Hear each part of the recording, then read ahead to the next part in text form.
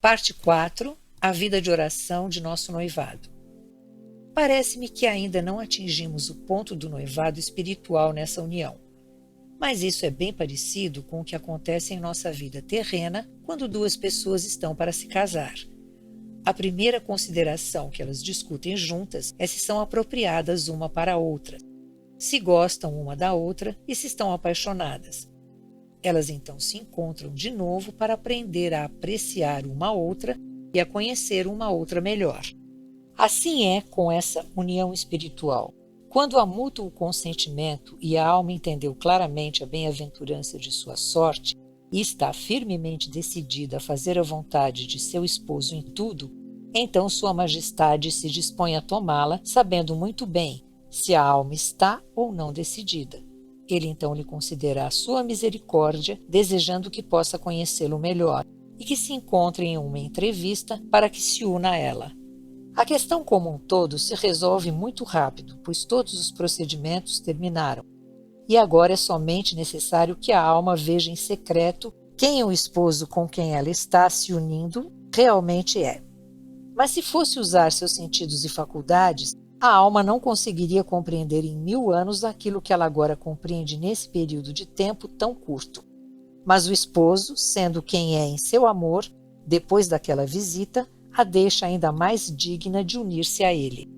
A alma então se apaixona por ele e faz tudo de sua parte para não romper esse noivado divino, pois se fosse descuidado e colocasse a sua afeição em outra coisa que não ele, perderia tudo.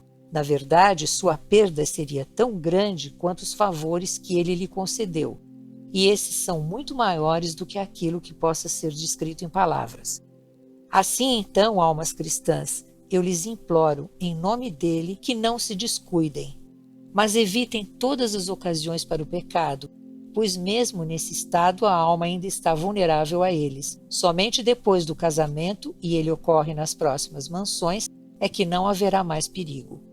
Uma vez que essa comunicação não passou de um rápido encontro, o demônio fará todos os esforços para evitar essas núpcias, pois só depois que ele vir que a alma já se entregou por completo a seu esposo, não ousará mais nenhuma ação.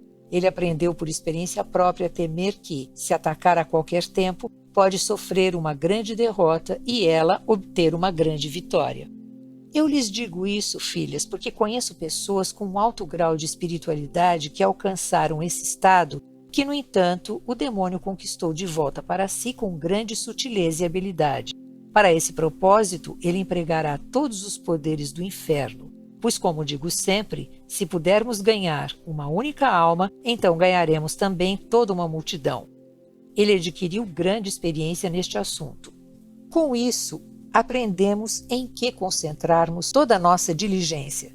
Primeiro, devemos constantemente pedir a Deus em nossas orações que nos mantenha a salvo em suas mãos e que considere sempre que, se Ele nos deixar, seremos de imediato lançados no abismo.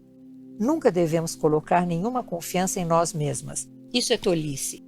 Acima de tudo, devemos caminhar com determinação e atenção, vigiando o progresso que fazemos nas virtudes e cuidadosamente observando se estamos indo para a frente ou para trás, em particular em relação ao amor uns pelos outros e ao nosso desejo de não sermos reconhecidos, além de outras questões comuns. Se então olharmos para essas coisas e implorarmos ao Senhor que nos dê sua luz, iremos imediatamente descobrir se ganhamos ou perdemos, pois vocês não devem imaginar que uma alma que Deus levou tão longe será rapidamente tirada de suas mãos ou que o demônio possa capturar sem muito esforço. Não! Sua Majestade deseja tão profundamente que ela não deve ser perdida que de muitas maneiras dará à alma centenas de advertências interiores a fim de que evite o perigo. A conclusão de todo este discurso é que devemos sempre nos esforçar para seguir adiante e temer ao extremo quando não seguimos, pois não há dúvida de que se a alma cessar de ir adiante, o demônio tentará apanhá-la. Isto porque o amor não pode nunca ficar ocioso. Portanto, não progredir é um mau sinal, porque uma alma que tenha decidido se tornar esposa de Deus, que já tenha conversado intimamente com Sua Majestade e agora chegou ao ponto mencionado anteriormente, não pode se deitar e dormir de novo. A A fim de que possamos ver, filhas, aquilo que o Senhor faz por essas almas a quem escolheu por suas esposas, comecemos agora a pensar sobre as sextas mansões. Vocês verão como é realmente leve todo o serviço que lhe podemos prestar, ou todo o sofrimento que podemos suportar por ele, e toda a preparação que podemos fazer por esses grandes favores. Talvez tenha sido a vontade de nosso Senhor que eu tenha sido incumbida de escrever esta obra, a fim de que esqueçamos nossos prazeres terrenos triviais e fixemos os nossos olhos na recompensa. Considerem quão infinita é a misericórdia que o faz tão desejoso de se comunicar com larvas que somos. Assim, incendiadas por esse seu amor, correremos à prova com os nossos olhos fixos em sua grandeza. Que ele me ajude a explicar algo dessas coisas difíceis, pois a menos que Sua Majestade guie a minha pena, sei muito bem que é impossível escrever. Se aquilo que eu disser não as ajudar, imploro a Nosso Senhor que não me permita dizer coisa alguma, pois Sua Majestade está ciente de que, até onde eu sei, não tenho nenhum outro objetivo senão que seu nome seja louvado. Esforcemo-nos então para servir a um Senhor que nos recompensa abundantemente ainda nesta vida.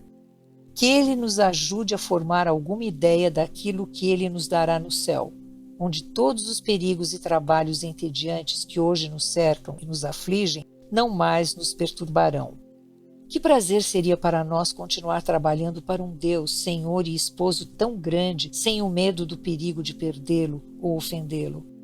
Que Sua Majestade permita que possamos merecer prestar a Ele um serviço sem tantas imperfeições, as quais estamos sempre repetindo, mesmo em nossas obras. Amém.